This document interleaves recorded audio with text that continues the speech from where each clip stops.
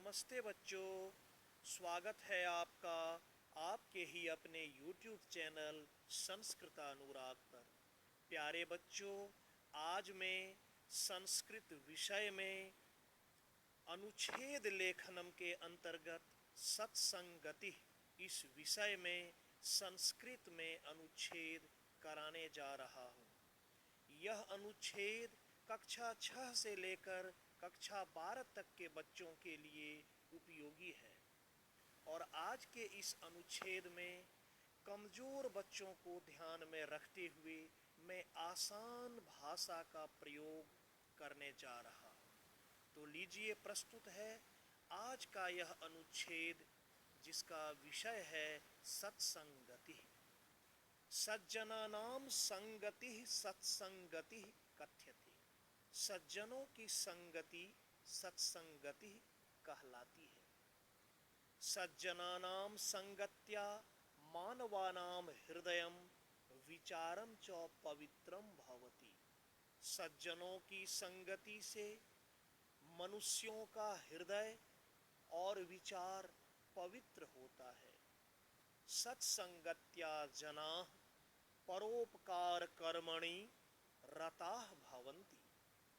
सत्संगति से लोग परोपकार के कर्म में संलग्न होते हैं या लीन होते हैं। अनया जनाः स्वार्थ भावं परित्यज्य लोक कल्याणकारिणः भवन्ति।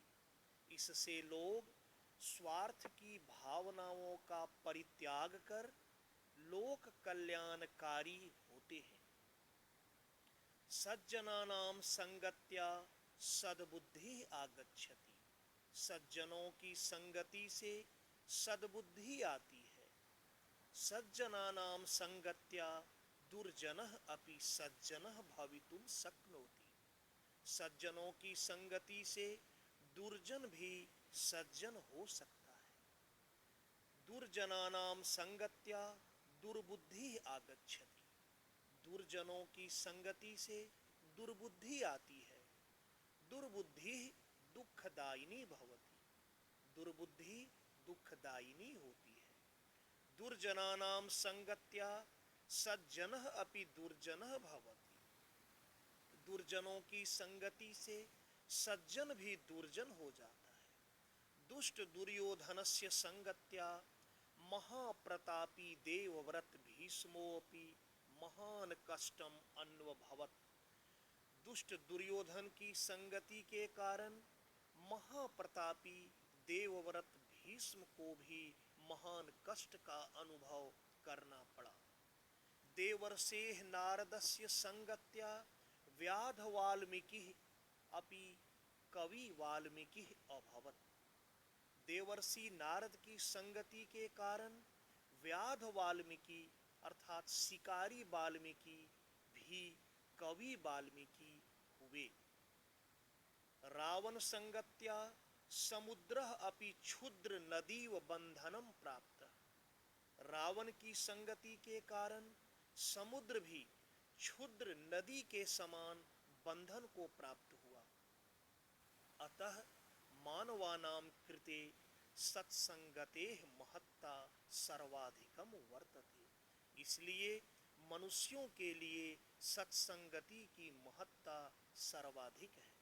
सत्संगतेः विषये केनचित् कविना उक्तम।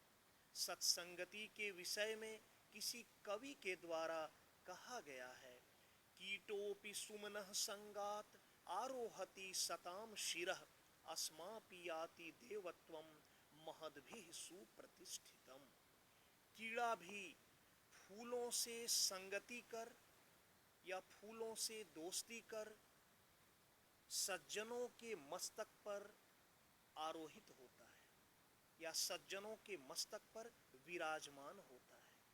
और अस्मापि याति देवत्वम, और पत्थर में भी देवत्व आ जाता है यदि उसे महान लोग या प्रतिष्ठित लोग उसको प्रतिष्ठित कर दें। पुनः एक बार, कीड़ा भी, एक सामान्य कीड़ा भी फूलों से मित्रता कर सज्जनों के सिर पर आरूढ़ होता है और महान लोगों के द्वारा प्रतिष्ठित किए जाने पर पत्थर में भी ईश्वरत्व या देवत्व आ जाता है। एक और श्लोक है, जाड्यम धियो हरति सिंचन्ति वाचि सत्यम दीक्षु कीर्तिम प्रसारयति मानोन्नतिम पापम अपाकरोति कथाय सत्संगति किंग नो करोति पुंसाम।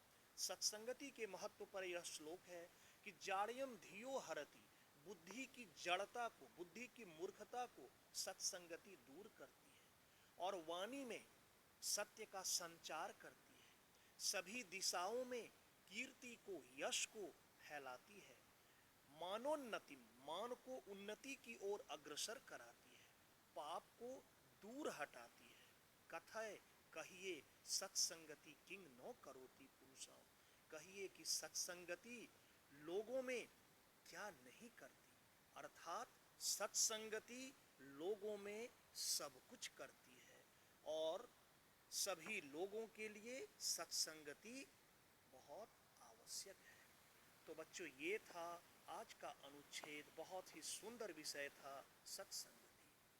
प्यारे छात्रों, अगर आपको मेरा यह वीडियो पसंद आया हो तो कृपया इसे आप लाइक, कमेंट एवं शेयर करके मुझे प्रोत्साहित करने का कार्य करें, ताकि आगे आपके लिए मैं और भी बेहतर एवं उपयोगी वीडियो बनाने का कार्य करता रहूं।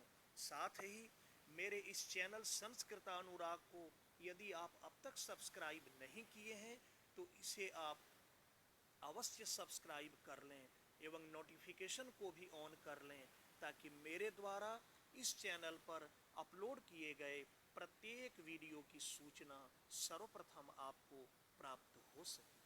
तो आज के लिए इतना ही। सबों को मेरी ओर से बहुत बहुत धन्यवाद।